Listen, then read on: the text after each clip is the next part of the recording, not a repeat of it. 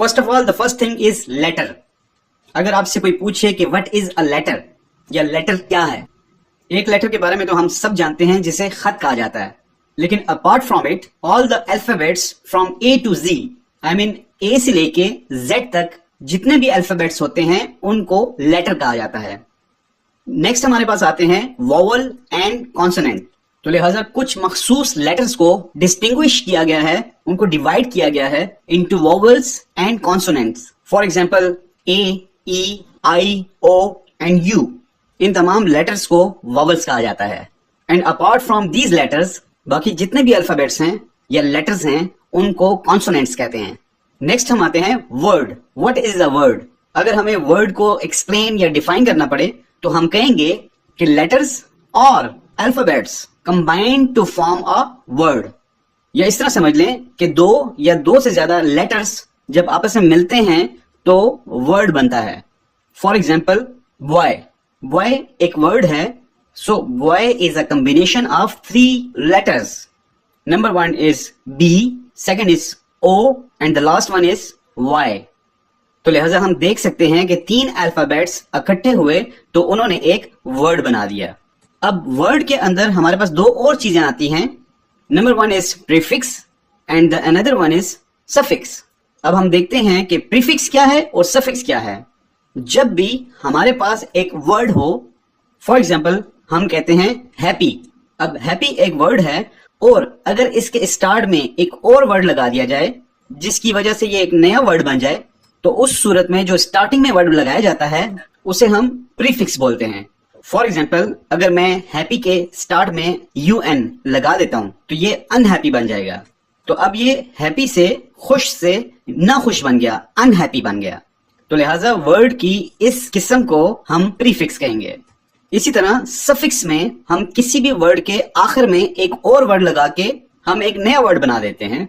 For example again हम happy ही को देखते हैं।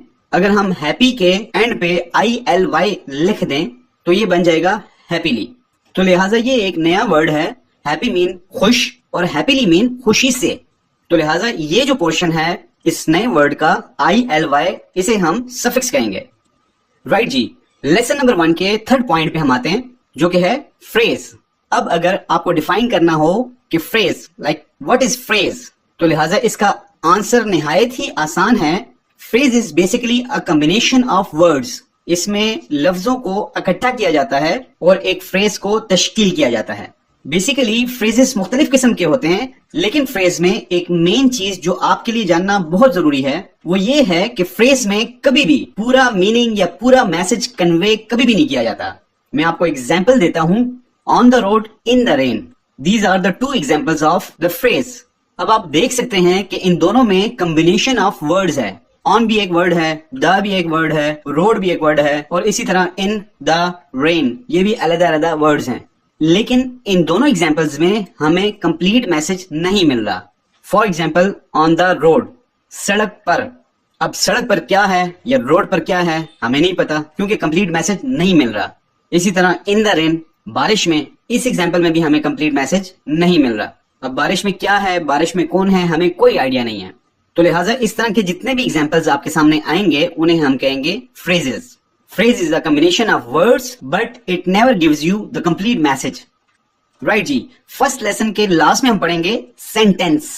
What is a sentence? अगर आपसे पूछा जाए सेंटेंस क्या चीज है, सेंटेंस क्या होता है, सो sentence is basically is a combination of words like phrase. लेकिन फ्रेज और सेंटेंस में एक बेसिक डिफरेंस है और वो डिफरेंस ये है कि सेंटेंस में आपको हमेशा कंप्लीट मैसेज मिलता है और जबकि फ्रेज में आपको मुकम्मल मैसेज नहीं मिलता। बाकी phrase is also a combination of words and sentence is also a combination of words. For example the car is on the road और सेकेंड एग्जाम्पल है the boy is in the rain.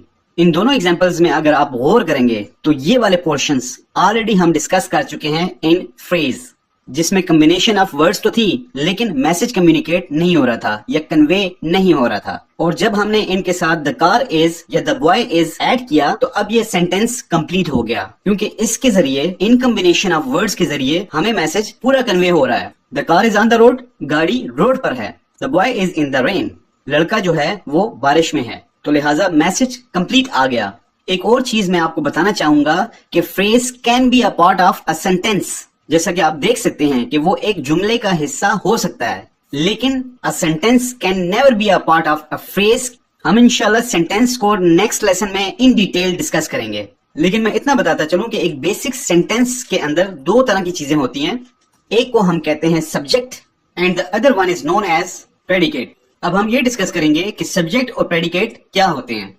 अगर कोई भी एक sentence लिखा जाए, for example a फान is plucking the flower, इस सेंटेंस में हमेशा दो हिस्से होंगे।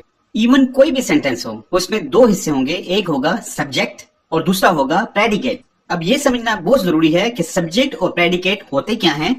Subject is basically the actor, the performer, the doer. जो काम करने वाला है उसको हम कहेंगे सब्जेक्ट। अब इस सेंटेंस में हम देख सकते हैं कि परफॉर्मर कौन है, अ फान।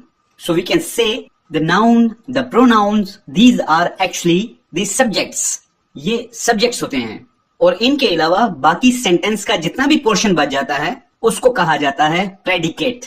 और predicate का काम क्या होता है, predicate information provide करता है about the subject, कि ये subject जो है ये कर क्या रहा है। एक मरतबा दोहरा देता हूं मैं, the subject is the actor or the performer, whereas the predicate information provide करता है कि subject क्या काम करने वाला है या क्या काम कर रहा है। ये सेंटेंस का टॉपिक बहुत इंपॉर्टेंट है, इसीलिए मैं एक और एग्जांपल देता चलूं। He is eating an apple, वो एक सेब खा रहा है। अब इस सेंटेंस में सब्जेक्ट भी है और प्रेडिकेट भी है। अब आप रिकॉल करें कि सब्जेक्ट क्या है, द एक्टर, द परफॉर्मर। अब इस सेंटेंस में आप गौर करें तो परफॉर्म कौन कर रहा है, ही। प्रोनाउन यूज हुआ है ही का, जो परफॉर्म कर रहा है। और इज ईटिंग एन एप्पल, ये सेंटेंस का पोर्शन जो तमाम इंफॉर्मेशन दे रहा है अबाउट द सब्जेक्ट, के सब्जेक्ट क्या कर रहा है, इसको हम कहेंगे प्रेडिकेट। राइट जी। तो फर्स्ट लेसन में हमने पढ़ा about the letter, word, phrase and sentence. अब हम लेसन 2 की तरफ बढ़ते हैं, जिसमें हम पढ़ेंगे about types of sentence. Actually they are 6 in numbers. 6 किस्म के मुख्तलिफ जुमले हो सकते हैं, जिसमें एक है डिक्लेरेटिव सेंटेंस और इंपेरेटिव सेंटेंस, थर्ड है इंट्रोगेटिव सेंटेंस, फोर्थ पे है नेगेटिव सेंटेंस, फिफ्थ पे exclamatory sentence and the last is optative sentence. अब हम वन बाय वन देखते हैं कि ये मुख्तलिफ किस्म के जुमले क्या होते हैं और कैसे होते हैं। First one is declarative sentence. Declarative, declaration या डिक्लेयर अपने नाम से जाहिर करता है कि कोई चीज बयान की जा रही है या कोई चीज बताई जाती है। तो इस तरह के तमाम सेंटेंसेस में कोई भी स्टेटमेंट की जाती है या कोई भी स्टेटमेंट दी जाती है, कोई भी बात की जाती है या कोई भी ओपिनियन दिया जाता है। सिंपल पॉजिटिव सेंटेंसेस जो होते हैं उनको हम कहते हैं declarative sentences. For example, I am going to Lahore. अब ये एक डिक्लेरेटिव सेंटेंस है क्योंकि इसमें एक स्टेटमेंट दी जा रही है, किसी चीज के बारे में बताया जा रहा है। For example, I am buying a car. Now again I am making a statement. तो लिहाजा इस तरह के तमाम पॉजिटिव जुमलों को हम कहेंगे कि ये डिक्लेरेटिव सेंटेंसेस हैं। सेकंड नंबर पे हमारे पास आता है इंपेरेटिव सेंटेंस। इंपेरेटिव सेंटेंस एक ऐसा जुमला होता है जिसमें कोई भी कमांड, रिक्वेस्ट या इंस्ट्रक्शन दी जाती है। तो ऐसे तमाम जुमलों को हम कहते हैं इंपेरेटिव सेंटेंसेस। मेरे कहने का मतलब है कि एक ऐसा जुमला जिसमें कोई हुक्म दिया जाए या हिदायत दी जाए या नसीहत की जाए। फॉर एग्जाम्पल, हम स्कूल को ले लेते हैं। स्कूल में टीचर्स अपने स्टूडेंट्स को जितनी भी बातें करते हैं, for example, please sit down, take your seat या move to the other class, ये तमाम जुमले क्योंकि इंस्ट्रक्शंस हैं, इनको हम इंपेरेटिव सेंटेंसेस कहेंगे। थर्ड में आता है इंट्रोगेटिव सेंटेंस। आपने सुना होगा इंटेरोगेशन, जो कि पूछताछ के लिए यूज किया जाता है। पूछताछ से मुराद यह है कि इसमें सवाल किए जाते हैं।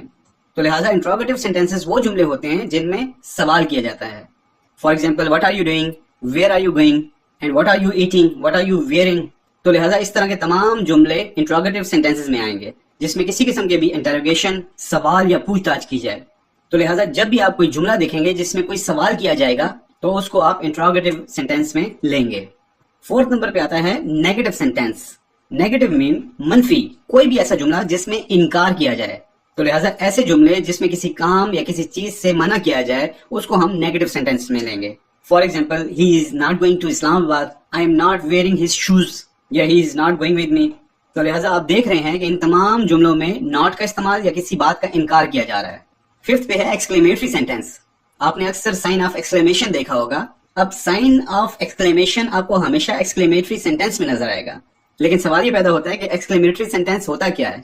जब भी किसी सेंटेंस में कोई strong feeling, it can be either of Joy और सॉरो, खुशी, गम या एक्साइटमेंट हो सकती है, इस तरह के कोई भी स्पेसिफिक वर्ड्स किसी भी सेंटेंस में हो जिससे किसी भी स्ट्रॉन्ग किस्म की एक्साइटमेंट शो हो रही हो, उसे हम एक्सक्लेमेटरी सेंटेंस कहेंगे। For example, hurrah we have won the match. ये एग्जाम्पल एक्सक्लेमेटरी सेंटेंस की इसलिए है क्योंकि इस सेंटेंस के शुरू में एक इंटरजेक्शन इस्तेमाल किया गया है, हुर्रा, जिससे अंदाजा होता है कि खुशी का इजहार हो रहा है या बहुत ज्यादा एक्साइटमेंट है। या मैं कहता हूं कि alas we have failed the examination, कि हम लोग पेपर में फेल हो गए, या इलाज ही हैज डाइड। अब इलाज जो है वो इंटरजेक्शन है, क्यों? क्योंकि ये एक गम की फीलिंग का इजहार कर रहा है, तो लिहाजा इस जुमले को हम एक्सक्लेमेटरी सेंटेंस कहेंगे।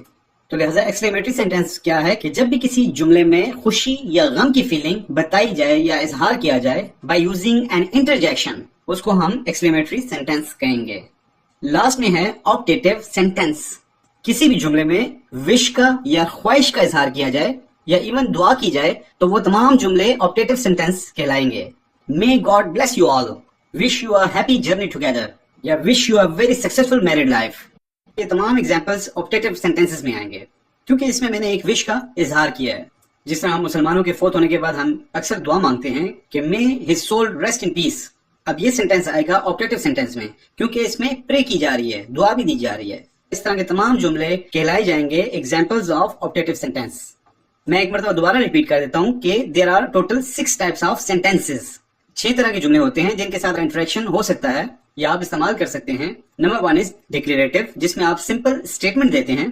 फिर इंपेरेटिव सेंटेंस है जिसमें कोई रिक्वेस्ट या कमांड इन्वॉल्व होती है। देन कम इंट्रोगेटिव, जिसमें आप कोई भी सवाल पूछते हैं। Then comes the negative sentence, जिसमें किसी भी चीज से मना किया जाता है, इनकार किया जाता है। फिर आता है हमारे पास एक्सक्लेमेटरी सेंटेंस, जिसमें खुशी या गम का बड़ी स्ट्रॉन्ग फीलिंग के साथ जो है इजहार किया जाता है। लास्ट में हमारे पास है ऑप्टेटिव सेंटेंस, जिसमें कोई विश या दुआ की जाए।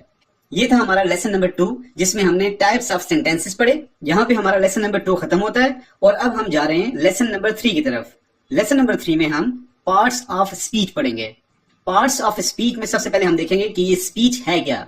कोई भी बात, फॉर एग्जाम्पल अब मैं जिस तरह आपसे बात कर रहा हूँ, ये एक स्पीच कहलाएगी। अब इस बात को, स्पीच को हमने मुख्तलिफ हिस्सों में डिवाइड किया है ताकि हमें मालूम हो सके कि कोई भी बात या कोई भी स्पीच जो होती है उसमें कौन कौन सी चीजें इन्वॉल्व होती हैं। हम किसी भी स्पीच को 8 या 8 पार्ट्स में डिवाइड करते हैं, जिनको हम पार्ट्स ऑफ स्पीच भी कहते हैं। इनमें सबसे पहले हमारे पास है नाउन, फिर pronoun, then adjective, verb, adverb, preposition, conjunction and the last is interjection। ये हमारे पास टोटल 8 पार्ट्स ऑफ स्पीच हैं। हम इनको 1 by 1 पढ़ेंगे और सीखने की कोशिश करेंगे। सबसे पहले हम डिस्कस कर लेते हैं noun. Noun is basically a naming word. Noun को अगर आपने डिफाइन करना है तो इसकी आसान तरीन डेफिनेशन वो ये है कि noun is a naming word. अब सवाल ये जहन में आता है कि नेमिंग वर्ड से क्या मुराद है। इसका एक सिंपल सा मतलब है कि जिस चीज का भी नाम होगा वो चीज नाउन होगी। अगर हम नाउन की ट्रेडिशनल डेफिनेशन की तरफ जाते हैं तो आपको याद होगा कि person, place, thing, animal, anything, basically जिस चीज का भी नाम होगा वो चीज होगी नाउन। अब जो चीज नाम रखती है तो वो नाउन होगी। तो इसका स्ट्रेट फॉरवर्ड मतलब ये बनता है कि हमारे इर्द गिर्द, सामने, कहीं पे भी जो चीज भी है वो नाउन है, क्योंकि हर चीज का एक नाम जरूर होता है। अब एक चीज मायने ये आती है कि इतनी मेजॉरिटी में जब नाउन्स हैं और अगर हम इनको डिफरेंशिएट या कैटेगराइज करना चाहें तो हमारे पास ऑप्शन जो है वो बहुत ज्यादा हो जाती है। तो लिहाजा हम कुछ नाउन्स की जो टाइप्स हैं, जिनकी हमने कैटेगरी की है, जो इंपॉर्टेंट है, उनको हम डिस्कस कर लेते हैं कि वो कौन कौन सी हैं। फर्स्ट में हमारे पास आता है प्रॉपर नाउन। प्रॉपर नाउन हम कहेंगे जितने भी स्पेसिफिक नाउन्स हैं या जितने भी पार्टिकुलर्स नाउन हैं या जितने भी खास किस्म के नाउन्स हैं उनको हम कहेंगे कि ये प्रॉपर नाउन्स हैं। For example Islamabad. अब Islamabad is a specific name, तो लिहाजा इस्लामाबाद प्रॉपर नाउन। अब जिस तरह के इसका नाम से ही जाहिर है, कॉमन मीन आम। जितने भी ऑर्डिनरी नाउन्स हैं जिनके बारे में कोई खास बात ना हो या कोई खास चीज ना हो, स्पेसिफिक ना हो, उनको हम कहेंगे common nouns. Let's say city और कंट्री। इसी तरह man, book. Now these are all the examples of common noun. क्योंकि मैंने लिखा city, now there are so many cities in the world, तो लिहाजा इसमें कोई खास बात नहीं है, मैं किसी तरीके से इसको स्पेसिफाई नहीं कर सकता। सिमिलरली कंट्री हो गया, मैन, बुक, ये सारे कॉमन नाउन में आते हैं। नेक्स्ट आता है कलेक्टिव नाउन। कलेक्टिव मीन जिस तरह नाम से जाहिर है कि कोई चीज इकट्ठी हुई होगी। अब कलेक्टिव नाउन में आप हमेशा क्या देखेंगे कि nouns in a gather mode. मेरा कहने का मतलब है मुख्तलिफ नाउन्स मिलकर एक चीज बना देंगे, एक सिंगुलर चीज बना देंगे, लेकिन ये अंडरस्टूड होगा कि इसमें बहुत सारे नाउन्स इंक्लूडेड हैं। फॉर एग्जाम्पल नेशन, इसी तरह टीम। अब हम नेशन को ले लेते हैं। नेशन का मतलब है कौम। ये एक सिंगल वर्ड है, लेकिन आप मुझसे एग्री करेंगे कि एक बंदे की कौम नहीं होती, या फिर कोई एक बंदा ये क्लेम नहीं कर सकता कि आई एम अ नेशन। तो लिहाजा ये अंडरस्टूड है कि there are more than one, कि एक बंदे से ज्यादा लोग होंगे। फिर है टीम। टीम में भी दो या दो से ज्यादा लोगों की टीम होती है, लेकिन नाम एक यूज किया जाता है, टीम, क्योंकि इसके अंदर एक से ज्यादा नाउन इन्वॉल्व होते हैं। तो लिहाजा इस तरह के तमाम नाउन्स को हम कलेक्टिव नाउन्स कहते हैं। इसी तरह बुके हो गया, वर्ड तो एक है बुके, लेकिन इसमें बहुत सारे फ्लावर्स होंगे। क्राउड हो गया, एक्सेट्रा एक्सेट्रा। नेक्स्ट में हमारे पास आता है एब्स्ट्रैक्ट नाउन। अब ये नाउन बड़े ही इंटरेस्टिंग है, क्योंकि इन नाउन्स का कोई फिजिकल स्ट्रक्चर होना जरूरी नहीं है। इसी तरह इन नाउन्स का आपको नजर आना भी जरूरी नहीं है, पर ये नाउन्स हैं, ये चीजें एग्जिस्ट करती हैं। These are mostly your thoughts, your concepts, your feelings, your emotions. आपके जज्बात हैं, आपके एहसासात हैं, या फिर आपकी सोच है। ये सारी चीजें एब्स्ट्रैक्ट नाउन में आती हैं। मैं आपको एग्जांपल देता हूं। जिस तरीके से आप कहते हो फियर है, जॉय है, या ग्रीफ है, सॉरो है, ये सारी चीजें एब्स्ट्रैक्ट नाउन में आती हैं। क्यों? लेट्स से फियर, डर के बारे में बात करते हैं कि आपने फियर को रियलिटी में या स्ट्रक्चर में देखा है, या आप इसको छूने के काबिल हुए। इसी तरह जॉय, खुशी। अब ये खुशी जो है वो किसी बंदे की बॉडी लैंग्वेज से तो पता चल रहा है, लेकिन आपने कभी उसको छूने या उससे खींचने की कोशिश की? या इसी तरह एक खुशबू है, आप स्मेल तो कर सकते हैं, लेकिन इन रियलिटी क्या आप खुशबू को देख सकते हैं? नहीं देख सकते, लेकिन ये सारी चीजें एग्जिस्ट तो करती हैं। इसी तरह किसी भी पर्सन की कोई भी क्वालिटी हो सकती है। कोई बंदा ब्रेव हो सकता है, या कोई बंदा ऑनेस्ट हो सकता है, या बहुत सारे लोग ऑनेस्ट होते हैं। इन सारी चीजों का कोई फिजिकल स्ट्रक्चर नहीं होता। इन फीलिंग्स को, इन एहसासात को एब्स्ट्रैक्ट नाउन्स कहते हैं। इसके बाद आता है मटेरियल नाउन। अब अगेन नाम खुद बता रहा है कि किस किस्म की चीज होगी। आई मीन कोई भी मटेरियल हो सकता है, कोई भी ठोस चीज हो सकती है। Let's say gold, silver, would, iron, etcetera etcetera. तो लिहाजा वो तमाम चीजें जिनका एक फिजिकल स्ट्रक्चर जो ठोस हालत में पाई जाती हैं, उनको हम मटेरियल नाउन कहेंगे। इसके बाद हम जिस नाउन के बारे में बात करेंगे वो है countable noun. Countable noun means ऐसे तमाम नाउन जिनको आप गिन सकें। फॉर एग्जाम्पल आप कहते हैं एप्पल्स, पेन्स, बुक्स। अब ये सारी वो चीजें हैं जिन्हें हम काउंट कर सकते हैं। इनके मुकाबले में एक और नाउन होता है जिन्हें हम कहते हैं अनकाउंटेबल नाउन्स। अनकाउंटेबल नाउन्स को काउंट करना इम्पॉसिबल है, चाहे वो थोड़े हों या ज्यादा हों। काउंटेबल नाउन्स में फॉर एग्जाम्पल एप्पल्स हैं और बेशुमार एप्पल्स पड़े हुए हैं, लेकिन एक वक्त ऐसा आएगा कि आपका टाइम तो लग जाएगा, लेकिन आप उसको काउंट कर लोगे। वेयर एज अनकाउंटेबल नाउन में ऐसे वर्ड्स जिनको आप काउंट बिल्कुल नहीं कर सकते। फॉर एग्जाम्पल सॉल्ट, फ्लोर या वाटर, क्या आप इनको गिन सकते हैं? ये वो नाउन है जिनको काउंट नहीं किया जा सकता। नाउन के टॉपिक में लास्ट में हम बात करेंगे singular noun and plural noun. Singular noun के नाम से जाहिर होता है कि एक, कोई भी एक चीज। For example boy, pen, city, Affan, boat, book. Now these are the examples of singular nouns, क्योंकि ये तमाम सिंगुलर वर्ड्स हैं। इसके ऑपोजिट में है प्लूरल नाउन्स, या एक से ज्यादा, जिसे जमा भी कहा जाता है। तो ऑब्वियसली इन्हीं को आप कर दें बॉय से boys, pens, cities, books etcetera, तो ये तमाम बन जाएंगे प्लूरल नाउन्स। तो ये थे कुछ इंपॉर्टेंट एग्जांपल्स ऑफ नाउन्स। अब हमारे पास पार्ट्स ऑफ स्पीच में सेकंड नंबर पे जो चीज आती है उसे हम कहते हैं प्रोनाउन। प्रोनाउन क्या होता है? Pronoun basically these are the words which are used instead of nouns. ये ऐसे अल्फाज हैं जो कि नाउन की जगह पे इस्तेमाल किए जाते हैं। मैं सबसे पहले आपको एक सेंटेंस के जरिए समझाने की कोशिश करता हूं, उसके बाद I will give you the actual example of pronoun. वो सेंटेंस ये है कि अफान इज गोइंग टू बाजार। हमने जिस तरह नाउन पढ़ा है, तो लिहाजा ये अफान जो है दिस इज अ नाउन। अब इसी सेंटेंस को अगर मैं इस तरह लिखता हूं कि ही इज गोइंग टू बाजार, अब आपने देखा कि अफान की जगह किसने ले ली? ही ने। Therefore I will say he is a pronoun, क्योंकि ही अफान की जगह इस्तेमाल हुआ। अब ये एक आंसर भी हो सकता है किसी सवाल का। फॉर एग्जाम्पल किसी ने पूछा कि वेयर इज अफान गोइंग, तो आंसर में ये दोनों पॉसिबिलिटीज थी कि दोनों जवाबात हो सकते थे।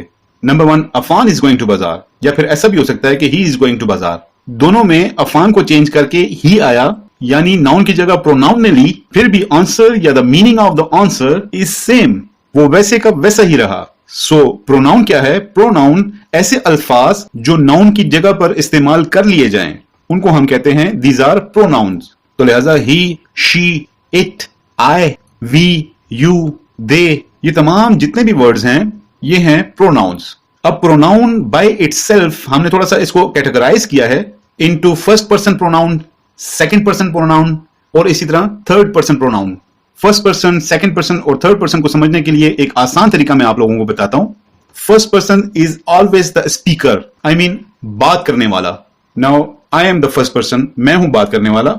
देखें अब मैंने अपने लिए कैसे वर्ड्स यूज किए, मैं, मेरा, अपने, में, जिस तरह के आई, मी, माई, माई सेल्फ, वी, अस, ये सारे वर्ड्स जो हैं वो फर्स्ट पर्सन प्रोनाउंस में आएंगे क्योंकि ये जो कन्वर्सेशन कर रहा है ये वो कहेगा, ये उसके मुंह से निकलेंगे। सेकंड पर्सन कौन है? सेकंड पर्सन आप हैं, मैं आपसे बात कर रहा हूं, आपसे मेरी बातचीत हो रही है, तो मैं आपके लिए क्या वर्ड यूज करूंगा?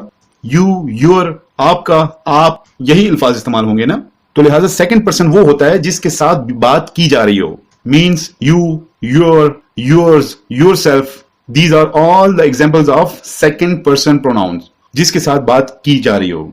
और थर्ड पर्सन कौन होगा? ये वो शख्स या जगह होगी जिसके बारे में हम बात कर रहे होंगे। Suppose we have a mutual friend and we are talking about him. Now again देखिए मैंने यूज किया हिम, यानी उसके बारे में। तो उसके लिए हम क्या यूज करते हैं? ही, शी, इट, दे, देमसेल्फ, इस तरह के वर्ड्स। तो लिहाजा first, second, third person pronounce क्या हैं वो आई एम श्योर आपको क्लियर हो गए होंगे। फर्स्ट पर्सन बात करने वाला, सेकंड पर्सन बात सुनने वाला और थर्ड पर्सन जिसके बारे में बात की गई हो। आगे हम पढ़ते हैं एडजेक्टिव्स। एडजेक्टिव्स बेसिकली ऐसे अल्फाज होते हैं जिनका इस्तेमाल किया जाता है नाउन को एलेबोरेट करने के लिए या फिर नाउन के मीनिंग को क्वालिफाई करने के लिए या उसमें कुछ ऐड करने के लिए। एक एग्जाम्पल की मदद से समझने की कोशिश करते हैं। एक सेंटेंस लिखते हैं, दिस इज अ कार, ये एक गाड़ी है। अब आपको मालूम हो चुका है कि इस सेंटेंस में कार एक नाउन है। अब इसी जुमले को मैं इस तरह लिखता हूं कि this is a beautiful car. अब जिस तरह की कार एक नाउन है, अब इस कार से पहले एक नया वर्ड मैंने यूज किया, ब्यूटीफुल। अब ब्यूटीफुल एक एडजेक्टिव है क्योंकि इसने इलेबोरेट किया कार को। पहले आप बता रहे थे कि ये एक गाड़ी है, अब आप बता रहे हैं कि ये एक खूबसूरत गाड़ी है। तो लिहाजा इस ब्यूटीफुल ने कुछ ऐड किया इस नाउन के मीनिंग में। तो लिहाजा एडजेक्टिव्स वो वर्ड्स होते हैं जो कि नाउन को ज्यादा अच्छे अंदाज में बताने के लिए हेल्पफुल होते हैं। अब अगर हम एडजेक्टिव्स को ज्यादा डिटेल में देखते हैं तो एडजेक्टिव्स की बेसिकली 3 किस्म की डिग्रीज होती हैं। Number 1 is positive, second is comparative and the last one is superlative. ये 3 डिग्रीज इस्तेमाल की जाती हैं। अब पॉजिटिव डिग्री जिसमें हम बिग को इस्तेमाल कर सकते हैं। Second is comparative. अब कंपैरेटिव नाम से जाहिर है कि आपने किसी चीज का कंपैरिजन करना है तो आप इस डिग्री का इस्तेमाल करेंगे। अब बिग की कंपैरेटिव डिग्री क्या होगी? बिगर। ये डिग्री उस वक्त यूज होती है कि जब आप दो चीजों में कंपैरिजन कर रहे होते हैं। For example, this box is bigger than that box. अब इसमें आप क्या कर रहे हैं कि 2 बॉक्सेस हैं और उनको आप कंपेयर कर रहे हैं, लेकिन स्टिल ये एडजेक्टिव ही है। थर्ड में है सुपरलेटिव। सुपरलेटिव नाम से ही जाहिर है कि सबसे बड़ा या सबसे खास। अब बिग की सुपरलेटिव डिग्री जो होगी वो होगी बिगेस्ट। एडजेक्टिव्स में सुपरलेटिव डिग्री आप तब यूज करते हैं जब विनर अनाउंस करना होता है। अब इनकी एग्जांपल्स को इस तरह देख लेते हैं कि जो पॉजिटिव एडजेक्टिव था उसमें आपने कहा this is a big box, और जब हम कंपैरेटिव डिग्री को यूज करते हैं तो उसमें हम ये कहते हैं कि black box is bigger than white box. और एट द सेम टाइम जब आपको एक ब्राउन कलर का बॉक्स नजर आता है जिसको आपने विनर डिक्लेयर करना है तो वहां पे आप सुपरलेटिव डिग्री को यूज करते हुए आप ये कहते हैं कि brown box is biggest one from white and black box. Right जी। तो एडजेक्टिव को हम थोड़ा सा रिपीट करते हैं ताकि आपको और ज्यादा अच्छे तरीके से समझ आ जाए। एडजेक्टिव्स ऐसे अल्फाज होते हैं जिनको हम नाउन्स के साथ ऐड करते हैं ताकि नाउन के मीनिंग को एलेबोरेट किया जा सके और वाजे किया जा सके, नाउन के बारे में कुछ बताया जा सके। और इसकी 3 डिग्रीज होती हैं, पॉजिटिव, कंपैरेटिव और सुपरलेटिव। अब हम मूव करते हैं वर्ब की तरफ। वर्ब क्या है? Verb is basically an action word. कोई भी वर्ड जो एक्शन शो करे, किसी भी काम का करना, होना या सहना, वो वर्ब कहलाता है। A word which shows any kind of action. For example, walking, talking, watching, listening, या थिंकिंग, सिटिंग, क्रीपिंग, क्राइंग या laughing, these are all different types of verbs. या इस तरह भी कह सकते हैं कि जो भी आप काम करते हैं उसको आप वर्ब कंसिडर कर सकते हैं।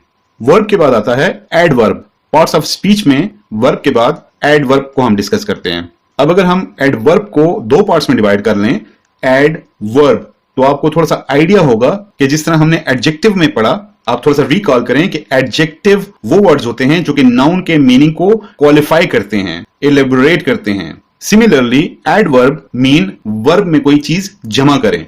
इसी तरह एडवर्ब क्या करता है, एडवर्ब वर्ब को क्वालिफाई करता है या फिर उसके मीनिंग में इजाफा करता है। For example, he is walking. अब वॉकिंग यहां पे एक वर्ब यूज हुआ है। इसको अगर मैं ट्रांसलेट करता हूं तो इसका मतलब है कि वो चल रहा है। इसी तरह अगर इस सेंटेंस को मैं इस तरह लिखूं, ही इज वॉकिंग स्लोली, तो ये स्लोली जो है ये एडवर्ब है, क्योंकि ये स्लोली जो एडवर्ब है ये वॉकिंग जो वर्ब है उसकी मीनिंग में इजाफा कर रहा है। पहले है वो चल रहा है, लेकिन दूसरे में ये बता रहा है वो चल तो रहा है लेकिन वो कैसे चल रहा है, वो आराम से धीरे धीरे चल रहा है। तो ऐसे तमाम अल्फाज देखें, यहां पे फास्टली भी हो सकता था, लेजीली भी हो सकता था, ब्रेवली भी हो सकता था। There are so many words जो कि इस्तेमाल हो सकते थे एज एन एडवर्ब्स। तो लिहाजा एडवर्ब्स वो वर्ड्स होते हैं जो कि वर्ब के मीनिंग में इजाफा करें, वो कहलाते हैं एडवर्ब। नेक्स्ट है प्रेपोजिशन। प्रेपोजिशंस ऐसे अल्फाज होते हैं जो कि इस्तेमाल किए जाते हैं नाउन्स और प्रोनाउंस के दरमियान में, ताकि नाउन और प्रोनाउंस का ताल्लुक, रिलेशन शो किया जा सके। For example, the book is on the table. अब आप देख सकते हैं कि बुक इज ए नाउन, इसी तरह टेबल जो है ये भी एक नाउन है। अब इन दोनों नाउन्स के दरमियान रिलेशन कौन शो कर रहा है, वो है ऑन, इसे हम कहेंगे प्रेपोजिशन। अब मैं आपको बताऊंगा कि ये रिलेशन कैसे शो कर रहा है या क्या रिलेशन शो कर रहा है। फॉर एग्जाम्पल, अगर हम ऑन इस सेंटेंस में नहीं लिखते, अपार्ट फ्रॉम इट कि वो सेंटेंस कंप्लीट ही नहीं होता, लेकिन अगर इस सेंटेंस में ऑन नहीं होता तो हमें मालूम ही ना होता कि बुक कहां पे है, बुक टेबल के अंदर है, नीचे है, दाएं हैं, बाएं हैं। तो ये ऑन क्या शो कर रहा है, ये हमें एक लोकेशन दे रहा है कि बुक और टेबल के दरमियान क्या रिलेशन है। तो लिहाजा ऐसे तमाम अल्फाज जो कि नाउन और प्रोनाउंस के दरमियान एक रिलेशन शो करते हैं, उन्हें हम प्रेपोजिशन कहते हैं। नंबर 7 पे हमारे पास आता है कंजंक्शन।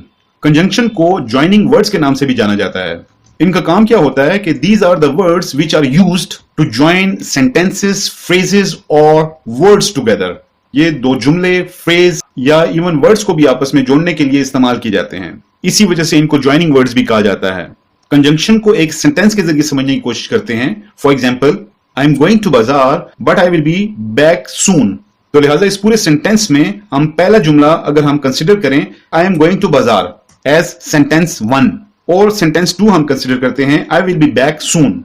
अब आप देख रहे हैं कि आई एम गोइंग टू बाजार, this is a complete sentence, and the second one is I will be back सून। ये दोनों कंप्लीट जुमले हैं। अब इन दोनों को एक वर्ड आपस में जोड़ रहा है बट, तो लिहाजा इस वर्ड को हम कहेंगे ये कंजंक्शन है। तो लिहाजा कंजंक्शन हम किसे कहते हैं, कंजंक्शन वो वर्ड होता है कि दो वर्ड्स या दो जुमलों को आपस में जोड़ने के लिए इस्तेमाल किए जाते हैं। अब बहुत सारे कंजंक्शन वर्ड्स हैं, बट है, बिकॉज है, ऑफ है, बिफोर है, आफ्टर है, वगैरह वगैरह। इसमें एक और चीज भी माइंड में रखिएगा कि बहुत सारे प्रेपोजिशंस जो होते हैं वो भी एज कंजंक्शन यूज हो सकते हैं। लेसन नंबर 3 यानी कि पार्ट्स ऑफ स्पीच के जो लास्ट में आता है, number 8, last but not the least, interjection. Interjection ऐसे तमाम अल्फाज को कहते हैं जो हमारी सडन इमोशंस को या फिर फीलिंग्स को शो करते हैं। These are the words which are used to show our sudden emotions or feelings. एक ही लफ्ज के इस्तेमाल से हमारी जो फीलिंग है उसका इजहार हो सकता है। फॉर एग्जाम्पल, अलास, ये एक इंटरजेक्शन है। हुर्रा, अलास बेसिकली गम के लिए इस्तेमाल होता है और हुर्रा जो है वो खुशी के वक्त इस्तेमाल होता है। Even ouch is also an interjection, ये भी इंटरजेक्शन के तौर पे इस्तेमाल होता है क्योंकि ये भी आपकी सडन फीलिंग्स को बताता है। राइट जी, इसके साथ ही हमारा लेसन नंबर 3 कंप्लीट होता है, जिसमें हमने सीखा noun, pronoun, adjective, verb, adverb, preposition, conjunction और लास्ट में इंटरजेक्शन। अब हम बढ़ते हैं अपने लेसन नंबर 4 की तरफ, जिसमें हम पढ़ेंगे टेंसेस के बारे में। टेंसेस बेसिकली ग्रामर में निहायत ही अहम चीज हैं। टेंसेस कहते किसे हैं? टेंसेस बेसिकली कहते हैं जमानों को। टेंस मीन जमाना। अब जमाना या वक्त ये कितनी किस्म का हो सकता है? ये बेसिकली 3 किस्म का होता है। एक जो गुजर चुका, जिसे हम माजी कहते हैं, उसको पास्ट टेंस कहा जाता है। और दूसरा जो अभी है, हाल, उसे हम प्रेजेंट टेंस कहते हैं। और तीसरा वो जो आने वाला है, मुस्तकबिल, जिसे हम फ्यूचर टेंस कहते हैं। अब इन तमाम टेंसेस को फर्दर 4 और टेंसेस में डिवाइड किया गया है, जो कि इंडेफिनिट टेंस है, कॉन्टिन्यूअस टेंस है, परफेक्ट टेंस है और परफेक्ट कॉन्टिन्यूअस टेंस है। तो हम इन सारों के साथ 1 बाय 1 इन टेंसेस को डिस्कस करेंगे। मिसाल के तौर पे प्रेजेंट टेंस को हम इंडेफिनिट टेंस के साथ, कॉन्टिन्यूअस के साथ, परफेक्ट टेंस और परफेक्ट कॉन्टिन्यूअस टेंस के साथ डिस्कस करेंगे। इन तमाम टेंसेस को हम one by one in detail इसलिए भी डिस्कस करेंगे ताकि जिस वक्त आप एक टेंस को ट्रांसलेट करना चाहें तो आपको मालूम होना चाहिए कि मैं इस टेंस को किस तरीके के साथ ट्रांसलेट कर सकता हूं, और आपको यह भी मालूम हो कि इनमें कौन से हेल्पिंग वर्ब इस्तेमाल होते हैं और इनमें कौन से डूज एंड डोंट्स हैं, या फिर कौन से हेल्पिंग वर्ब्स किन प्रपोजिशंस के साथ लगते हैं। तो ये सारी चीजें हम इन डिटेल डिस्कस करेंगे। पहला टेंस जो हम डिटेल में डिस्कस करेंगे वो है प्रेजेंट इंडेफिनिट टेंस। इसमें हम देखेंगे कि प्रेजेंट इंडेफिनिट टेंस होता क्या है, इसको ट्रांसलेट कैसे किया जाता है, और इसमें कौन कौन से रूल्स हमने फॉलो करने होते हैं। तो अगर आप ये जानना चाहते हैं कि एक सेंटेंस उर्दू में लिखा हुआ है और आपको उसकी पहचान करनी है कि कैसे पता चलेगा कि ये प्रेजेंट इंडेफिनिट टेंस है, क्योंकि नॉर्मली हम लोगों के जो सिलेबस या करिकुलम है उसमें ट्रांसलेशन एक बहुत अहम चीज होती है। तो उर्दू में इसकी निशानियां ये हैं कि सेंटेंस के आखिर में लिखा हुआ नजर आएगा ता है, ती है, ते हैं या ता हूं। जिस तरह हम ये कह सकते हैं कि मैं खाना खाता हूं, मैं स्कूल जाता हूं, बच्चे क्रिकेट खेलते हैं या हम गाड़ी चलाते हैं। इस तरह के तमाम जुमले प्रेजेंट इंडेफिनिट टेंस की कैटेगरी में आते हैं। अब हम आते हैं थोड़ा सा रूल्स की तरफ कि वो कौन कौन सी चीजें हैं जिनका हमें ख्याल रखना है जिस वक्त हम किसी सेंटेंस को कन्वर्ट कर रहे हैं या ट्रांसलेट कर रहे हैं कि वो प्रेजेंट इंडेफिनिट टेंस में पाया जाता है। तो अगर मैं रूल्स की बात करूं तो इसमें हमेशा हमारे पास पहला रूल ये आएगा कि इसमें हमेशा वर्ब की फर्स्ट फॉर्म यूज होगी।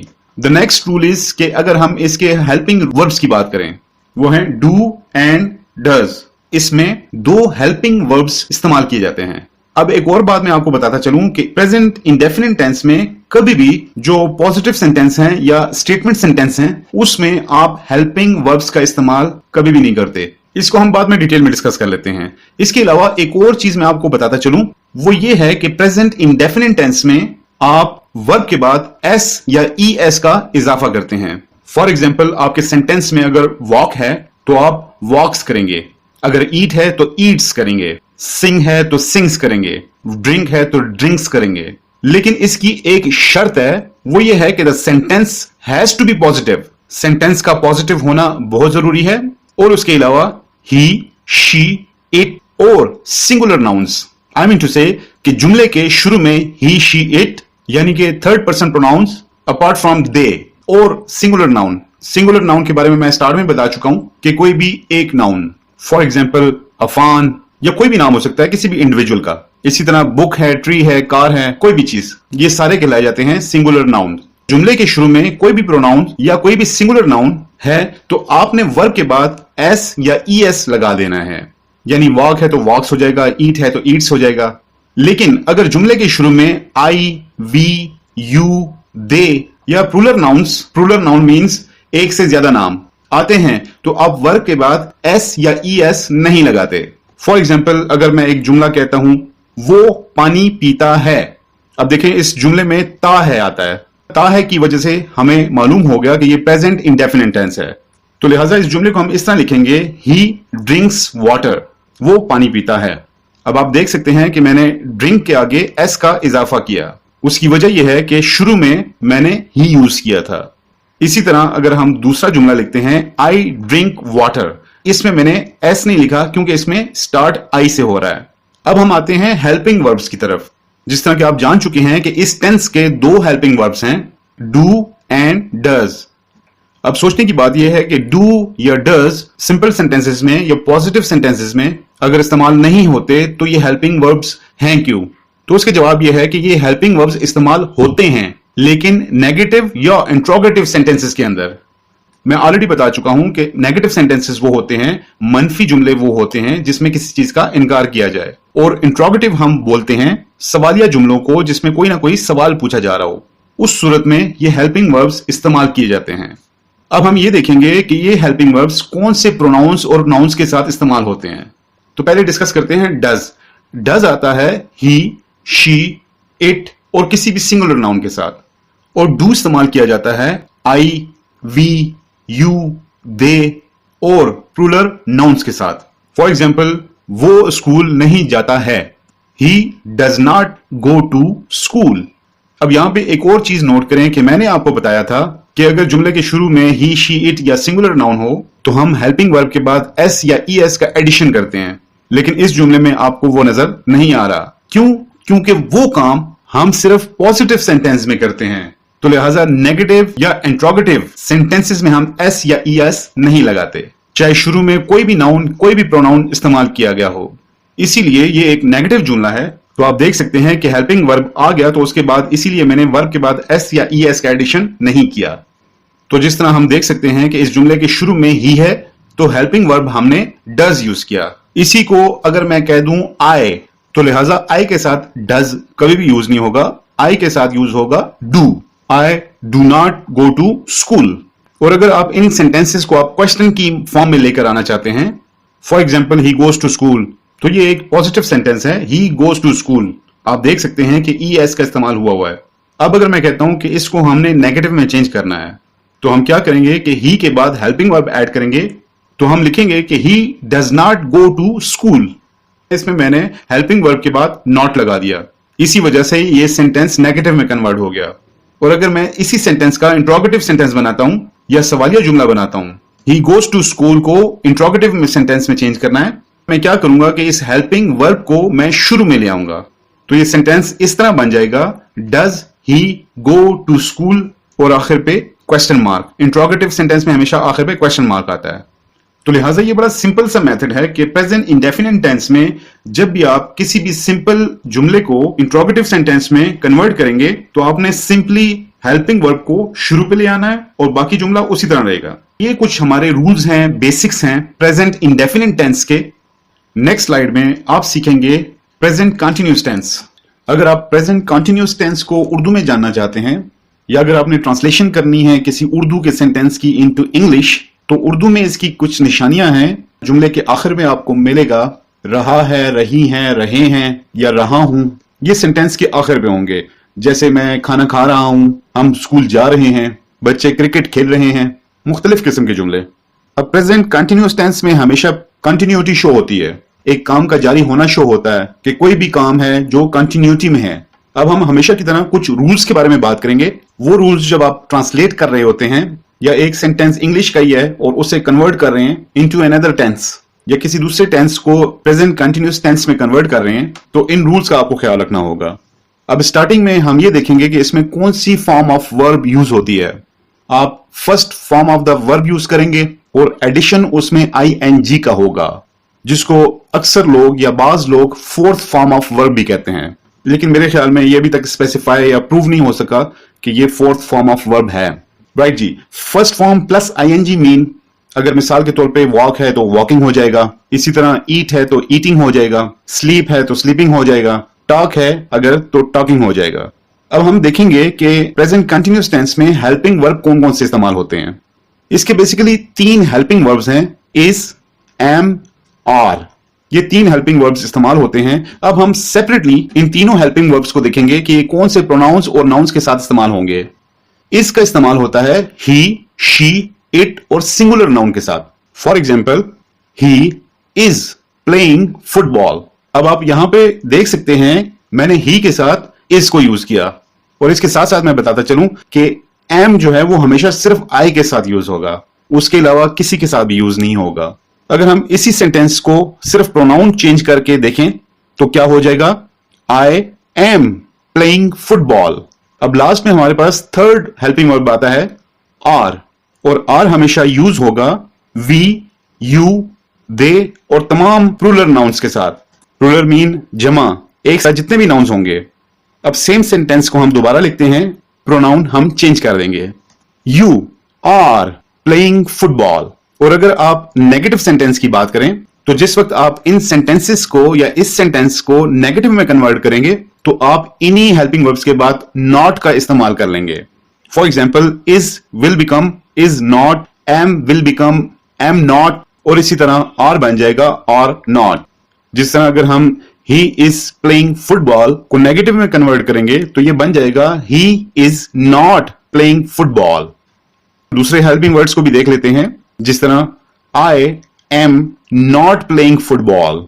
थर्ड में है you are not playing football. आपने देखा कि नेगेटिव जुमला बनाने के लिए हमने सिर्फ हेल्पिंग वर्ब के बाद नॉट का एडिशन किया, तो इज बन गया इज नॉट, एम बन गया एम नॉट, और इसी तरह आर बन गया आर नॉट।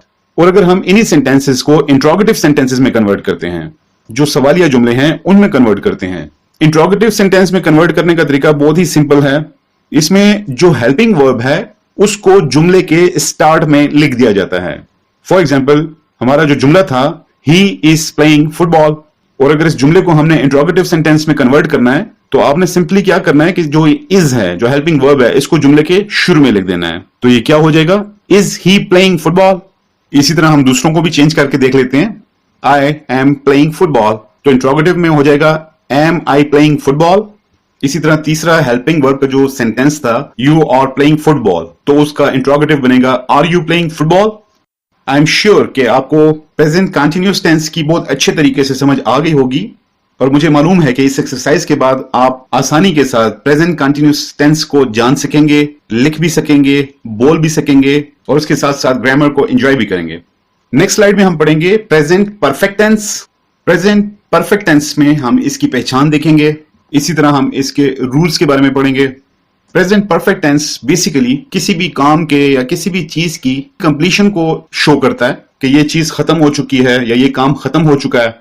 और अगर आप उर्दू में इसको जानना चाहते हैं तो उसकी एक आसान सी निशानी है कि उर्दू के जुमलों में आखिर में आपको मिलेगा चुका है, चुकी है, चुके हैं, चुका हूं, या फिर लिया है, लिए हैं। बेसिकली किसी काम के मुकम्मल होने को शो किया जा रहा है। फॉर एग्जाम्पल, जिस तरह मैं खाना खा चुका हूं या मैंने खाना खा लिया है, हम स्कूल जा चुके हैं या वो खेल चुके हैं, तो किसी भी जुमले में कंप्लीशन शो होना लाजमी है। अब हम आते हैं रूल्स की तरफ। सबसे पहले हम फॉर्म ऑफ द वर्ब की बात करेंगे, तो इसमें हमेशा third form of the verb use होगी। फॉर एग्जाम्पल, ईट है तो ईटन हो जाएगा, स्लीप है तो स्लेप्ट हो जाएगा, इसी तरह वॉक है तो वॉक्ड हो जाएगा। Means third form of the verb इस्तेमाल होगी। फिर आते हैं इसके हेल्पिंग वर्ब्स। हेल्पिंग वर्ब्स इसके दो हैं, एक है हैज और दूसरा है हैव। अब हम देखेंगे कि हैज कौन से प्रोनाउंस और नाउन्स के साथ इस्तेमाल होगा। हैज हमेशा ही, शी, इट या कोई भी सिंगुलर नाउन के साथ इस्तेमाल होगा, और दूसरा हेल्पिंग वर्ब जो हैव है वो हमेशा इस्तेमाल होगा आई, वी, यू, दे या फिर प्लूरल नाउन्स के साथ।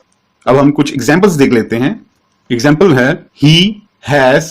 अब आप देख सकते हैं कि हैज जो कि हेल्पिंग वर्ब है, ही जैसे ही आया तो उसके साथ हैज आएगा। He has plucked the flower, वो फूल तोड़ चुका है या उसने फूल तोड़ लिया है। इसी तरह अगर हम प्रोनाउंस एज आई यूज करते हैं तो आई के साथ आएगा have, I have plucked the flower.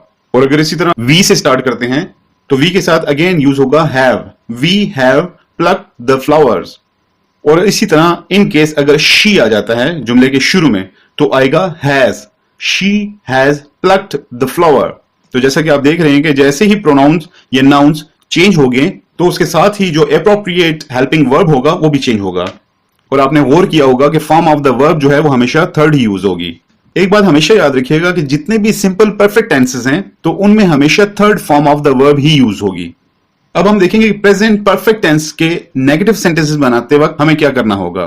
तो अगेन आप बहुत आसानी के साथ इन्हीं जुमलों को नेगेटिव सेंटेंसेस में कन्वर्ट कर देंगे। अगर हम उसी सेंटेंस को लें, for example, he has plucked the flower, तो नेगेटिव सेंटेंस बनाते हुए आपने सिंपली हेल्पिंग वर्ब के बाद नॉट का इजाफा करना होगा।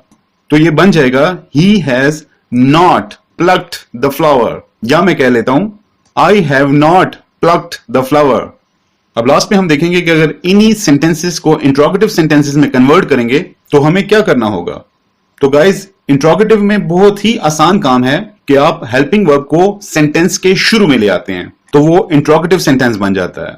अब जिस तरह सिंपल सेंटेंस है कि he has plucked the flower, कि वो फूल तोड़ चुका है, इसी तरह अगर मैं दूसरा हेल्पिंग वर्ब भी यूज करूं तो जो हमारे पास सेंटेंस था I have plucked the flower, और अगर आपको कोई कहता है कि इन सेंटेंसेस को इंट्रोगेटिव में कन्वर्ट करें, इन हेल्पिंग वर्ब्स को आप स्टार्ट में ले आएं तो ये इजीली इंट्रोगेटिव में कन्वर्ट हो जाएंगे।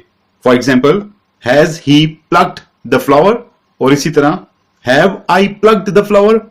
नेक्स्ट स्लाइड में हम पढ़ेंगे present perfect continuous tense. Present perfect continuous tense की उर्दू में अगर आपको निशानी जाननी है तो सेंटेंस के आखिर में हमेशा आपको मिलेगा ता रहा है, ती रही हैं, ते रहे हैं, या फिर ता रहा हूं। मिसाल के तौर पे, वो सुबह से खेलता रहा है। इसी तरह हम पिछले 5 साल से इस्लामाबाद में रहते रहे हैं, वो बचपन से पढ़ाई करता रहा है। इस तरह के जुमले। और इसके अलावा in addition to that there will be another thing. वो चीज क्या है कि टाइम इंडिकेशन जरूर होगा। टाइम इंडिकेशन मीन कि टाइम का जिक्र होगा, वक्त का जरूर जिक्र होगा। अब हम आते हैं रूल्स की तरफ। तो सबसे पहले इसमें first form of the verb और प्लस आईएनजी यूज होती है। मिसाल के तौर पे वॉक जो है वो वॉकिंग हो जाएगा, टॉक टॉकिंग हो जाएगा, ईट ईटिंग हो जाएगा, स्लीप स्लीपिंग हो जाएगा, इसी तरह राइट राइटिंग हो जाएगा और रीड रीडिंग हो जाएगा। एक चीज माइंड में रखिएगा कि जब भी कंटिन्यूअस आ जाए, जिस टेंस में भी आ जाए, चाहे वो प्रेजेंट हो, पास्ट हो या फ्यूचर हो, तो उसमें आप यही फॉर्म यूज करते हैं। I mean simple continuous tenses और परफेक्ट कंटिन्यूअस टेंसेस में, चाहे वो जिस टेंस के भी हों, उसमें आपने हमेशा first form of the verb और प्लस आईएनजी का इस्तेमाल करना होगा। ओके जी, आगे बढ़ते हैं। अब हम आते हैं हेल्पिंग वर्ब्स की तरफ। हेल्पिंग वर्ब्स इसके दो हैं, हैज बीन और हैव बीन। सबसे पहले हैज बीन को देख लेते हैं कि कौन कौन से प्रोनाउंस और नाउंस के साथ हैज बीन को इस्तेमाल किया जाता है। सो हैज बीन यूज होता है ही, शी, इट और सिंगुलर नाउंस के साथ। इसी तरह हैव बीन यूज होगा आई, वी, यू, दे या फिर प्लूरल नाउंस के साथ। अब हम आते हैं जो सबसे इंपॉर्टेंट चीज है इस सेंटेंस में, वो है time indication. Basically time indication जो है, इसमें कुछ मखसूस दो प्रेपोजिशंस हैं जो कि टाइम को इंडिकेट करती हैं। एक यूज होता है सिंस और दूसरा है फॉर। जितने भी परफेक्ट कंटिन्यूअस टेंसेस हैं उनमें टाइम को इंडिकेट करने के लिए सिंस और फॉर को यूज किया जाता है, लेकिन इनके इस्तेमाल में बहुत सारी कंफ्यूजन्स होती हैं। अक्सर औकात स्टूडेंट्स कंफ्यूज हो जाते हैं कि इनका इस्तेमाल कैसे किया जाए। अब हम ये देखेंगे कि कौन सा टाइम पीरियड है या टाइम है जिसके साथ हमें सिंस को यूज करना है, और इसी तरह हम फॉर को भी देखेंगे कौन से टाइम के साथ फॉर को यूज करेंगे। आप देख रहे हैं कि मैंने सिंस के साथ नॉट स्पेसिफिक टाइम को लिखा है, मींस नॉट एग्जैक्ट टाइम, या फिर हम ये भी कह सकते हैं कि अनकाउंटेबल टाइम। अब सवाल ये पैदा होता है क्यों? तो सिंस हमेशा उस टाइम के साथ लगता है जिसे आप सिंपली कह लें कि जिसको आप काउंट नहीं कर सकते। फॉर एग्जाम्पल, अगर मैं कहता हूं कि it has been raining since morning, सुबह से बारिश हो रही है, तो अब आप ये चीज नहीं जानते कि इसमें एग्जैक्ट टाइम की बात नहीं हो रही, सुबह से क्या मुराद है। तो लिहाजा इसमें आपके पास फिक्स टाइम नहीं है। मिसाल के तौर पे एक शख्स जो कि सुबह 8 बजे सो के उठता है, तो उसकी जाहिर बात है सुबह जो है वो 8 बजे होगी, दूसरे की 9 बजे होगी, तीसरे की 10 बजे होगी। तो आपके पास एग्जैक्ट टाइम नहीं है।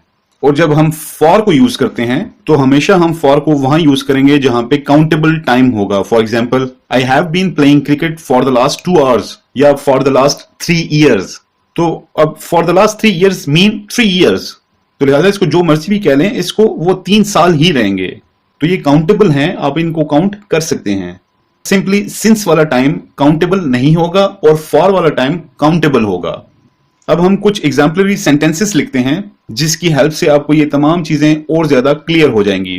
पहले हम सिंपल सेंटेंसेस को देखेंगे। अगर हम ये कहते हैं कि सुबह से बारिश होती रही है, it has been raining since morning, तो आप देख सकते हैं कि हमने मॉर्निंग के साथ सिंस को यूज किया क्योंकि यहां पे काउंटेबल टाइम नहीं है, और इट के साथ हेल्पिंग वर्ब जो है वो हैज बीन आया है।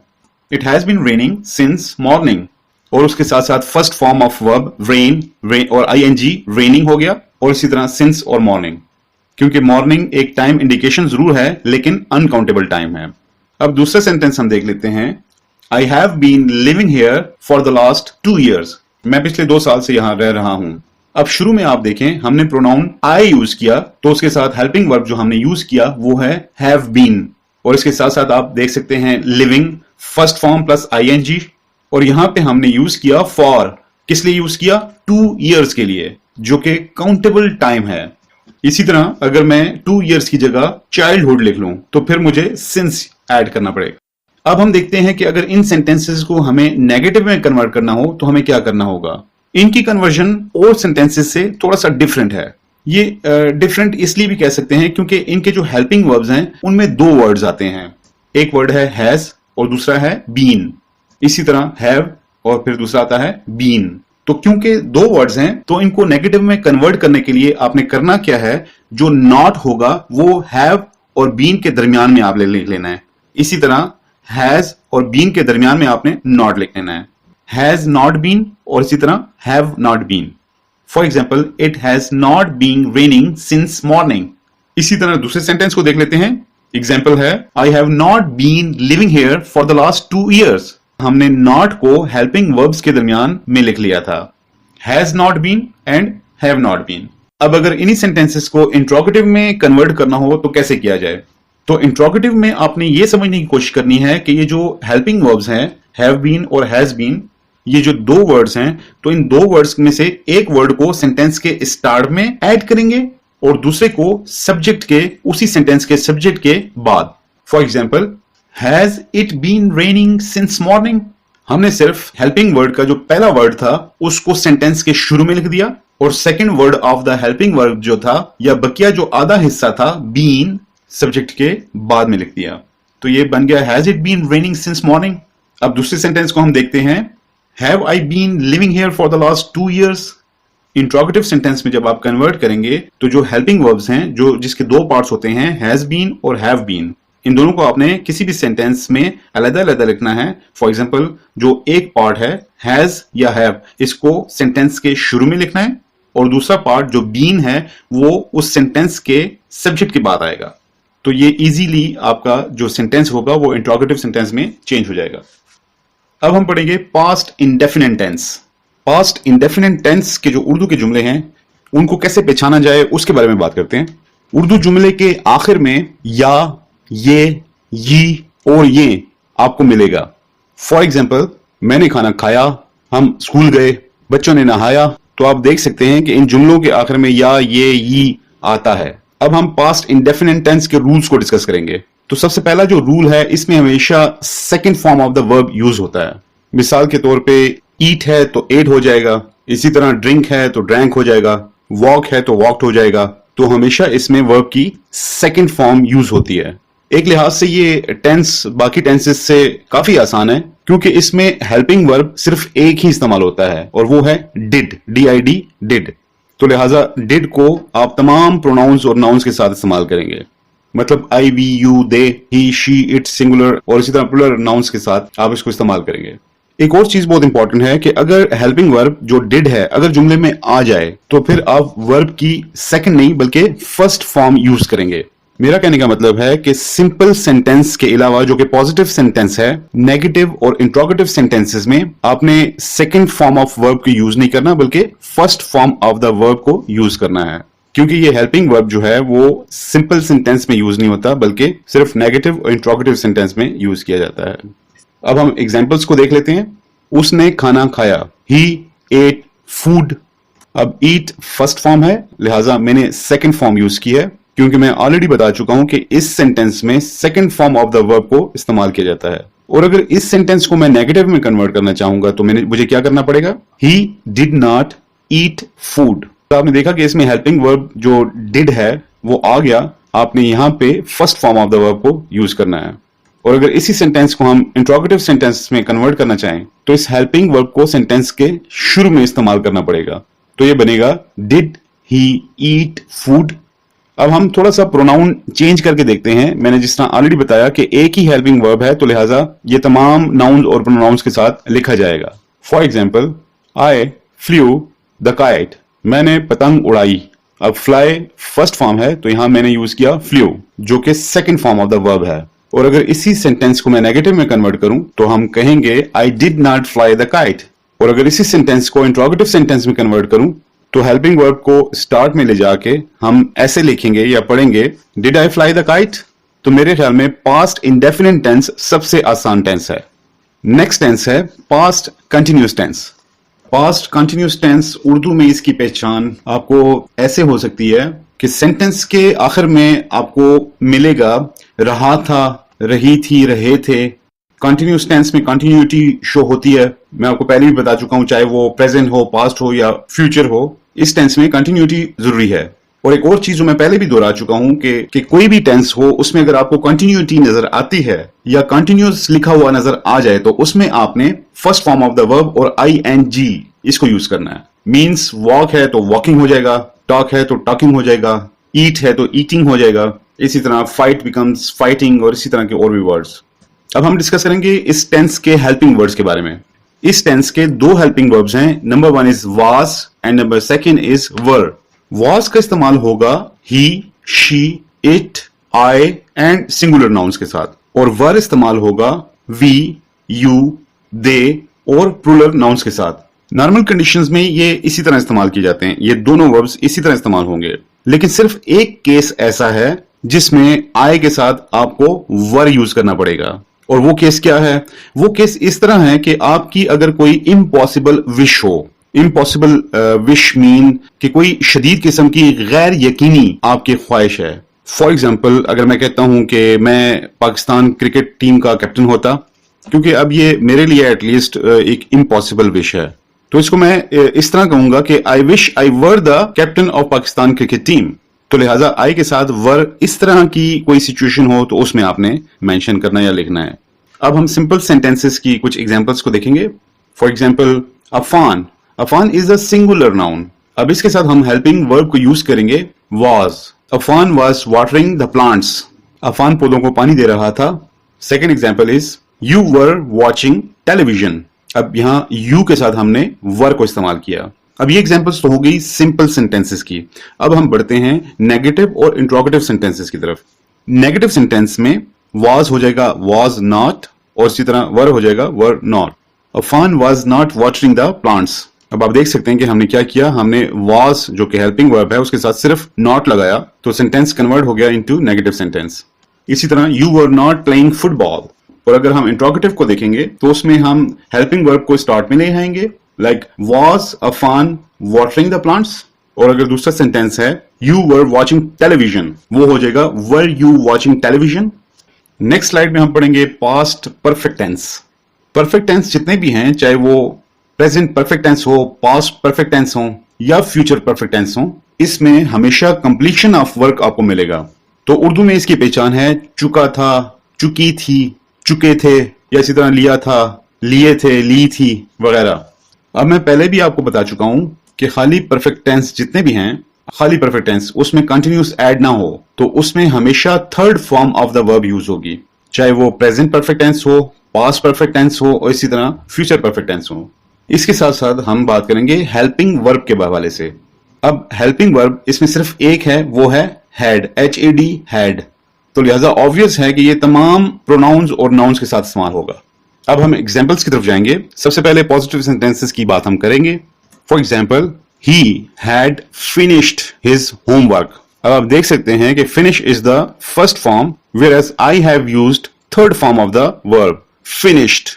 और अगर इस सेंटेंस को हम नेगेटिव में कन्वर्ट करते हैं तो नेगेटिव में गाइस काफी सिंपल है। वैसे तो हेल्पिंग वर्ड हमारे पास हैड है, तो नेगेटिव में ये हो जाएगा हैड नॉट।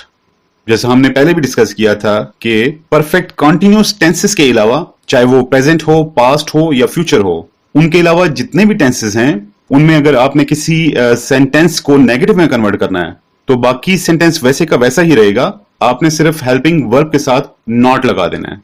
जिस तरह अब इस सेंटेंस को हम नेगेटिव में कन्वर्ट करने जा रहे हैं तो ये हो जाएगा ही had not finished his homework. और अगर इस सेंटेंस को हम इंट्रोगेटिव सेंटेंस में चेंज करेंगे तो मैं पहले भी बता चुका हूं कि सिवाय परफेक्ट कंटिन्यूस टेंस के, परफेक्ट कंटिन्यूस टेंस में हम ऐसा नहीं करते, बाकी तमाम टेंसेस में हम हेल्पिंग वर्ब को स्टार्ट ऑफ द सेंटेंस में ले आते हैं, सब्जेक्ट से पहले इस्तेमाल कर लेते हैं और वो सेंटेंस इजीली इंट्रोगेटिव में कन्वर्ट हो जाता है।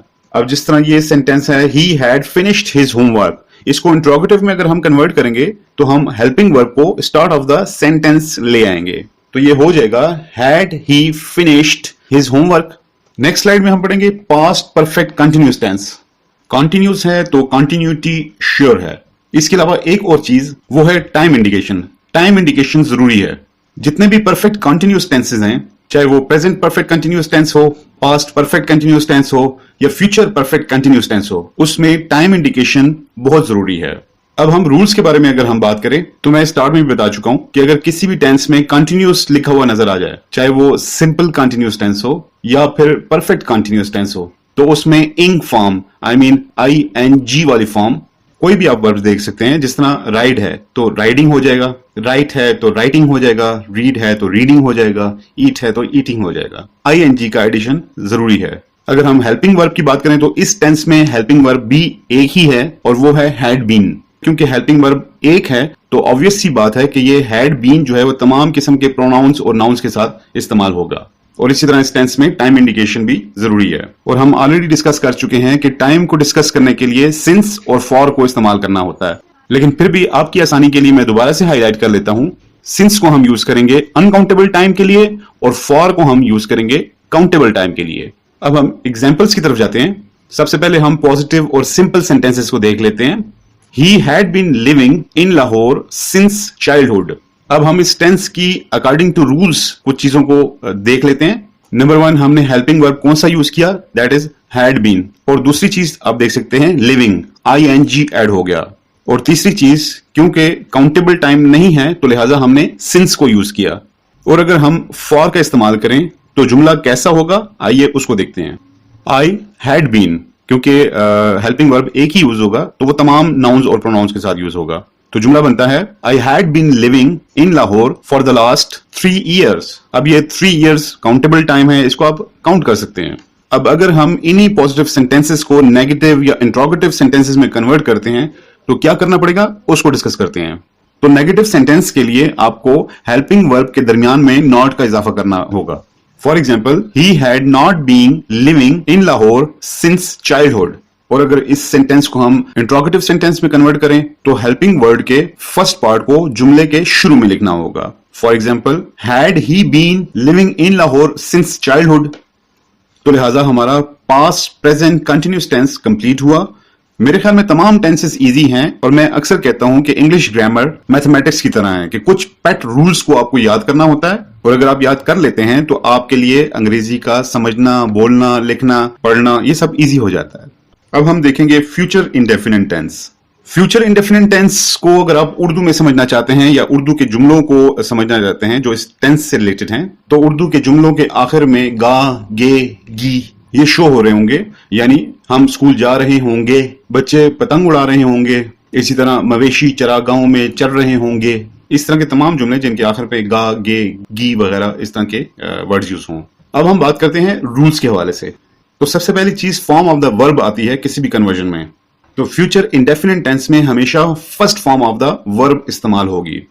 उसके बाद हेल्पिंग वर्ब की अगर हम बात करें तो वो 2 होंगे। Number 1 is will and number 2 is शैल।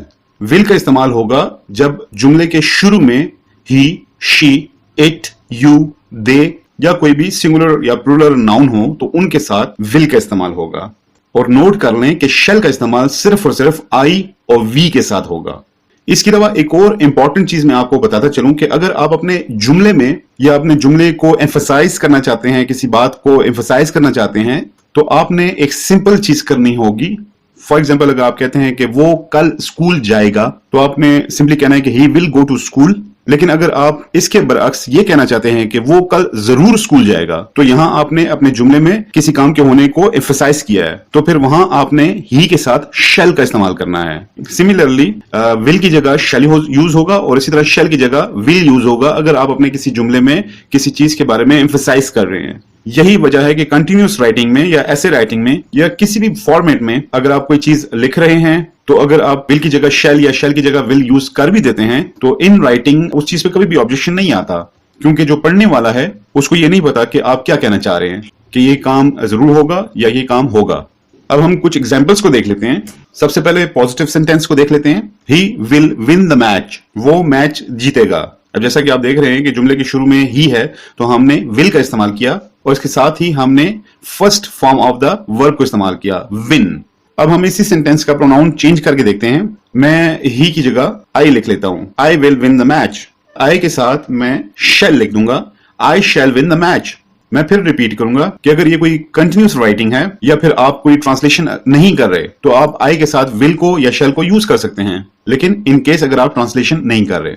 अब सवाल यह है कि क्यों यूज कर सकते हैं। जिस तरह ऑलरेडी मैंने पहले बताया, जो रीडर है उसको नहीं मालूम कि आप एग्जैक्टली क्या कहना चाह रहे हैं, कि ये काम होगा या ये काम जरूर होगा। ये एग्जांपल्स थी सिंपल सेंटेंसेस की। अगर हम इन्हीं सिंपल सेंटेंसेस को नेगेटिव सेंटेंसेस में या इंट्रोगेटिव सेंटेंसेस में कन्वर्ट करना चाहें तो लेट्स सी हमें क्या करना पड़ेगा। नेगेटिव की conversion apart from perfect continuous tense बहुत ही सिंपल है। आपने हेल्पिंग वर्ब के साथ नॉट का इजाफा करना होता है, यानी विल नॉट या शैल नॉट। ये सेंटेंस बन जाएगा he will not win the match, और इसी तरह दूसरा सेंटेंस बन जाएगा I shall not win the match. और अगर इन सेंटेंसेस को हम इंट्रोगेटिव सेंटेंसेस में चेंज करें तो उसका भी बहुत सिंपल फॉर्मेट है जो कि परफेक्ट कंटिन्यूअस टेंस के अलावा बाकी सब में सेम है।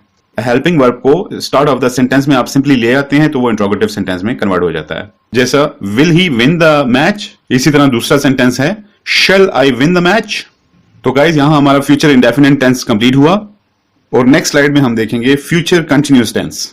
फ्यूचर कंटिन्यूअस टेंस के जो उर्दू के जुमले हैं उनको अगर आप ट्रांसलेट कर रहे हैं इनटू इंग्लिश तो वो कौन कौन सी निशानियां हैं उनको जानने की कोशिश करते हैं। उर्दू में जो इसके जुमलों की पहचान है वो यूं हो जाती है कि अगर जुमले के आखिर में रहा होगा, रहे होंगे, रही होगी, इस तरह के अल्फाज आ जाएं तो आपको जान जाना चाहिए कि ये फ्यूचर कंटिन्यूअस टेंस है। और अगर ये कंटिन्यूअस है तो मैं पहले भी बता चुका हूं कि इसमें कंटिन्यूटी होगी, जैसे कि मैं खेल रहा हूंगा, मैं इस्लामाबाद जा रहा हूंगा, हम छुट्टियों पे जा रहे होंगे, इस तरह के मुख्तलिफ किस्म के सेंटेंसेस।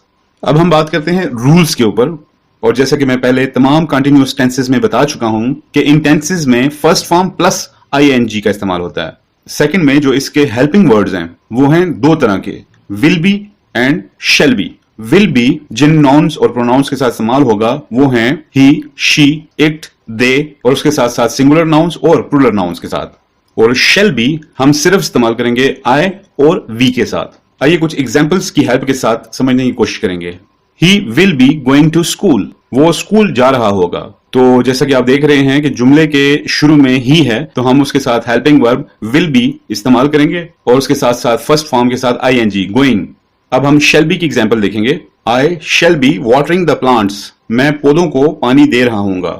अब जिस तरह आपने देखा कि शुरू में हमने आई से स्टार्ट किया तो आई के साथ आएगा शैल बी और उसके साथ जिस तरह पहले सेंटेंस में मैंने बोला first form of the verb plus ING. और अगर इन जुमलों को हम नेगेटिव सेंटेंस में कन्वर्ट करें तो विल बी के दरमियान में हम नॉट ऐड कर देंगे तो विल नॉट बी आ जाएगा। सिमिलरली शैल नॉट बी, तो ये सेंटेंस इस तरह बन जाएगा he will not be going to school, वो स्कूल नहीं जा रहा होगा। इसी तरह दूसरे जुमले को अगर हम नेगेटिव सेंटेंस में कन्वर्ट करते हैं तो उसमें शैल बी के दरमियान में हम नॉट को सिर्फ ऐड कर लेंगे तो I shall not be watering the plants. इसी तरह इन सेंटेंसेस को अगर हम इंट्रोगेटिव सेंटेंसेस में कन्वर्ट करते हैं तो आई एम श्योर अब आपके लिए बहुत आसान हो गया है कि आपने सिर्फ क्या करना है कि जो हेल्पिंग वर्ड का जो फर्स्ट पार्ट है विल, उसको जुमले के स्टार्ट में लिख लेना है और वर्ब के बाद फिर बी को ऐड कर देना है। तो ये बनेगा will he be going to school.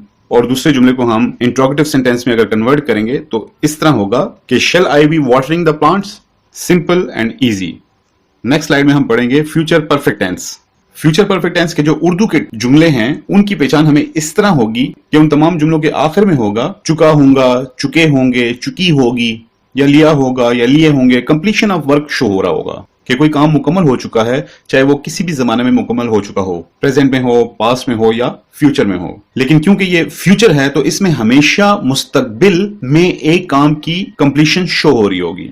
अब हम बात करते हैं रूल्स के बारे में। तो रूल नंबर 1 ये है कि इस टेंस में हमेशा वर्ब की थर्ड फॉर्म यूज होगी। और मैं ये ऑलरेडी बता चुका हूं कि जो खाली परफेक्ट टेंस हैं, चाहे वो प्रेजेंट हो, पास्ट हो या फ्यूचर टेंस हो, उसमें हमेशा third form of the verb ही इस्तेमाल होगी। अब हम बात करेंगे हेल्पिंग वर्ब के बारे में। तो यहां पे भी दो तरह के हेल्पिंग वर्ब्स यूज होते हैं, will have and shall have.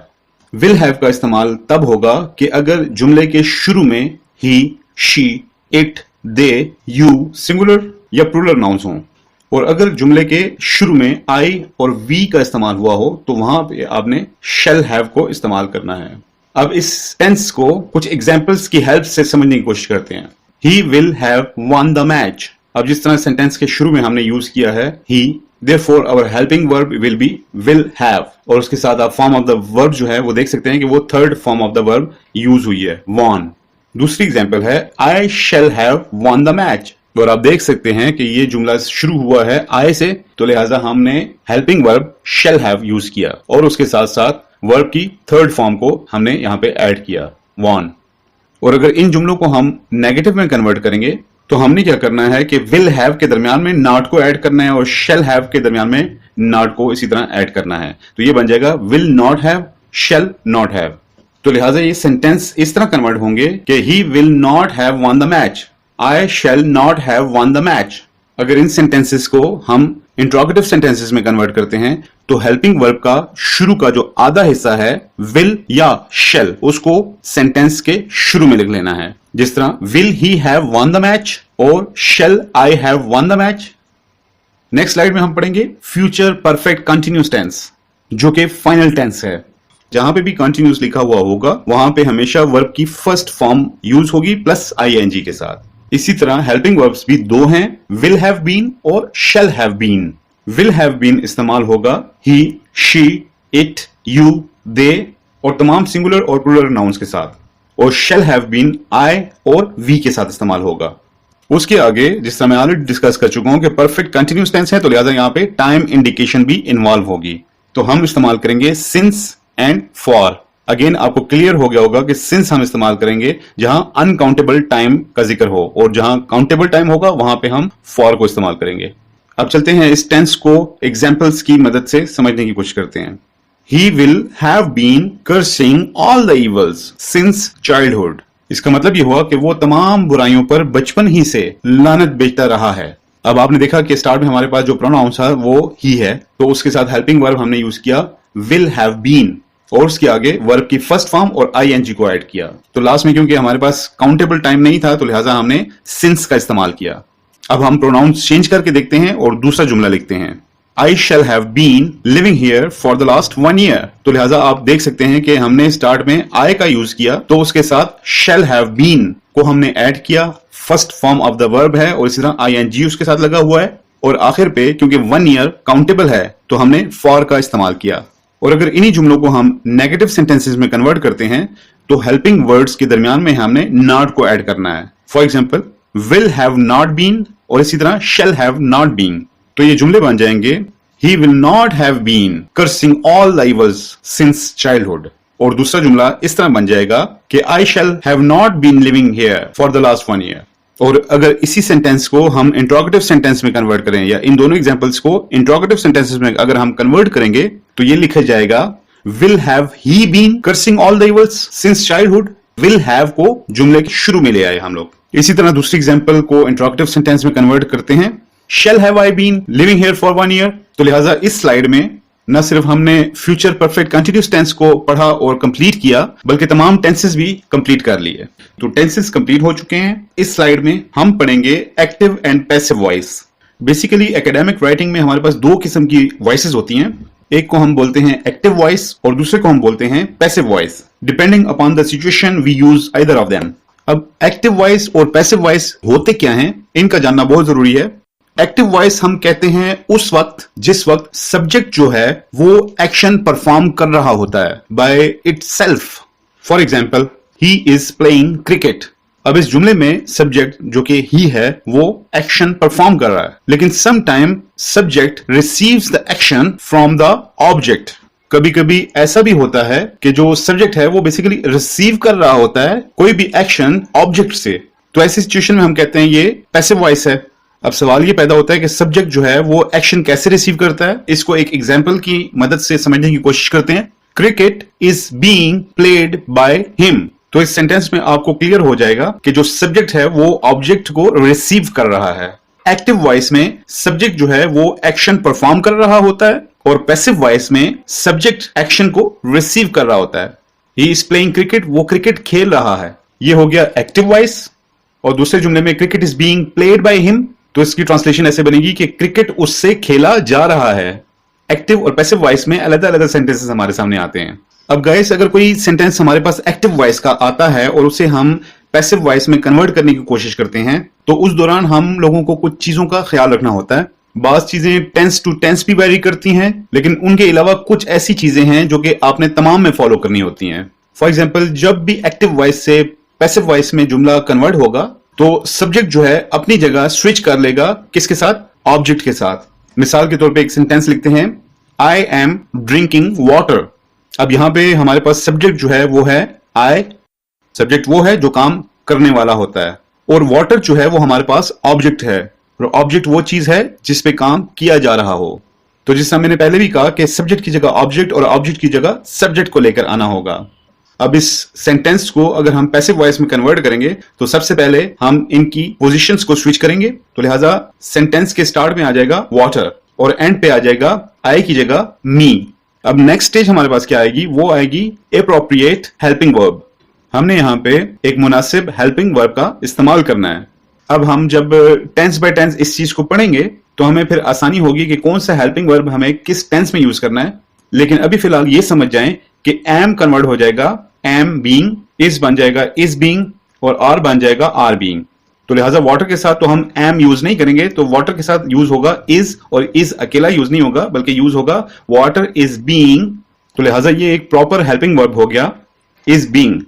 दूसरा रूल ये है कि जब आप किसी सेंटेंस को एक्टिव वॉइस से पैसिव वॉइस में कन्वर्ट करते हैं तो आप हमेशा वर्ब की थर्ड फॉर्म को यूज करते हैं। तो लिहाजा ड्रिंक जो है वो फर्स्ट फॉर्म है, second is drank and the third one is drunk. तो हमारे पास आ गया ड्रंक। और तीसरी चीज मोस्ट इंपॉर्टेंट, एक्टिव वॉइस से पैसिव वॉइस में जब भी आप कोई सेंटेंस कन्वर्ट करेंगे तो प्रेपोजिशन के लिए आप हमेशा बाय को यूज करते हैं। बाय हमेशा इस्तेमाल होता है प्रेपोजिशन के लिए, तो लिहाजा यहां पे हम प्रेपोजिशन यूज करेंगे बाय। तो ये क्या बन गया, water is being drunk by me. ये 3 स्टेप्स आपने अपने माइंड में रखने हैं कि सब्जेक्ट को ऑब्जेक्ट के साथ स्विच करना है, इसी तरह third form of the verb को इस्तेमाल करना है, और प्रेपोजिशन के लिए आपने बाय को यूज करना है। And as far as helping verbs are concern, तो वो हम टेंस बाय टेंस ही ऐड करते चले जाएंगे। तो लिहाजा ये कुछ बेसिक्स थे एक्टिव और पैसिव वॉइस के। लास्ट स्लाइड में हम पढ़ेंगे कुछ basic rules of direct and indirect speech के बारे में। डायरेक्ट एंड इनडायरेक्ट स्पीच, जिसको डायरेक्ट एंड इनडायरेक्ट नरेशन के बारे में भी जाना जाता है। बेसिकली इंग्लिश में हमारे पास या किसी भी लैंग्वेज में किसी मैसेज को कन्वे करने के 2 तरीके होते हैं। एक तरीका या एक अप्रोच होती है, उसे कहा जाता है डायरेक्ट, और दूसरा होता है इनडायरेक्ट। लेट्स से आप किसी से एक बात करते हो या आपको कोई बात कही जाती है और अगर वो उसी तरह कोट की जाए, इन्वर्टेड कॉमास के दरमियान आपके अल्फाज को उसी तरह प्रेजेंट किया जाए, तो वो एक डायरेक्ट स्पीच कहलाई जाएगी। लेकिन अगर उसी बात को अपने वर्जन से पेश किया जाए तो उसको इनडायरेक्ट स्पीच कहा जाता है। यहां पे आपको 2 सेंटेंसेस नजर आएंगे। First one is Nasir said inverted comma start I bought a book for you and inverted commas closed. अब ये सेंटेंस एक डायरेक्ट स्पीच कहलाया जाएगा या फिर एक डायरेक्ट नरेशन कहलाया जाता है। अब गाइज डायरेक्ट स्पीच में हमारे पास हमेशा 2 चीजें होती हैं। ये पोर्शन नासिर सेड वाला पोर्शन जो हमें नजर आ रहा है, इसको हम हमेशा कहेंगे रिपोर्टिंग वर्ब, और इसके अलावा इन्वर्टेड कॉमास के अंदर जितना भी सेक्शन है इसे कहा जाता है रिपोर्टेड स्पीच। और नीचे जो सेंटेंस में आप देख रहे हैं, Nasir said that he had bought a book for you, ये है इनडायरेक्ट स्पीच। डायरेक्ट स्पीच में एग्जैक्ट वर्ड्स थे जो कि इन्वर्टेड कॉमास के अंदर कोड हुई है एक चीज, जबकि दूसरे सेंटेंस में नासिर ने एक चीज को अपने अल्फाज में बयान कर दिया। पहले सेंटेंस में नासिर ने कहा मैं आपके लिए एक किताब लाया हूं, दूसरे स्पीच में क्या हो गया कि नासिर ने कहा कि वो मेरे लिए एक किताब लेकर आया है। तो ये बेसिक फर्क है डायरेक्ट और इनडायरेक्ट स्पीच के अंदर। तो गाइज यहाँ पे हमारा कोर्स कंप्लीट हुआ जाता है। आई एम श्योर कि आपको अंग्रेजी ग्रामर की A to Z नॉलेज मिल गई है, तो लिहाजा अब आपने क्या करना है, आपने प्रैक्टिस करना है। I wish you best of luck. Thank you very much for watching. और जाने से पहले अगर आपने मेरे चैनल को सब्सक्राइब नहीं किया तो आपसे रिक्वेस्ट होगी कि आप मेरे चैनल को सब्सक्राइब करें, और कोर्स अगर पसंद आया है तो उसको लाइक करें और अपने फ्रेंड्स के साथ भी शेयर करें। Thank you very much.